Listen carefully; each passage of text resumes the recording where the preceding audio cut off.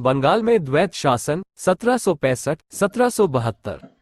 द्वैत शासन, जिसे ड्यूल गवर्नमेंट भी कहा जाता है, एक ऐसी व्यवस्था थी जिसे 1765 में बंगाल में लागू किया गया था। इस व्यवस्था के तहत बंगाल के शासन को दो भागों में विभाजित किया गया था। 1. दीवानी। दीवानी का अर्थ है राजस्व और न्याय प्रशासन। ये जिम्मेदारी ईस्ट इंडिया कंपनी को सौंप दी गई थी। कंपनी ने दीवानी अधिकारियों को नियुक्त किया, जिन्होंने राजस्व वसूली और न्यायिक मामलों का निपटान किया। 2. निजामत। निजामत का अर्थ है पुलिस और सेना का प्रशासन। ये जिम्मेदारी बंगाल के नवाब को सौंप दी गई थी। नवाब ने पुलिस और सेना को नियंत्रित किया और कानून व्यवस्था बनाए रखी। द्वैत शासन के परिणाम। इस व्यवस्था ने ईस्ट इंडिया कंपनी को बंगाल में राजनीतिक और आर्थिक शक्ति प्रदान की।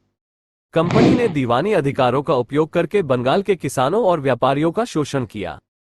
नवाब की शक्ति कमजोर हो गई और वो कंपनी पर निर्भर हो गया। बंगाल में भ्रष्टाचार और अराजकता फैल गई। द्वैत शासन की समाप्ति। 1772 में वारेन हेस्टिंग्स ने बंगाल में द्वैत शासन को समाप्त कर दिया। हेस्टिंग्स ने नवाब से निजामत का अधिकार भी छीन लिया और बंगाल का शासन पूरी तरह से ईस्ट इंडिया कंपनी के हाथों में सौंप दिया। द्वैत शासन का महत्व। द्वैत शासन भारत में ब्रिटिश शासन की स्थापना की नींव रखने वाली एक महत्वपूर्ण घटना थी। इस व्यवस्था ने ईस्ट इंडिया कंपनी को बंगाल में अपनी शक्ति को मजबूत करने का अवसर प्रदान किया। द्वैत शासन के बारे में कुछ महत्वपूर्ण बातें। द्वैत शासन की शुरुआत लॉर्ड क्लाइव ने की थी।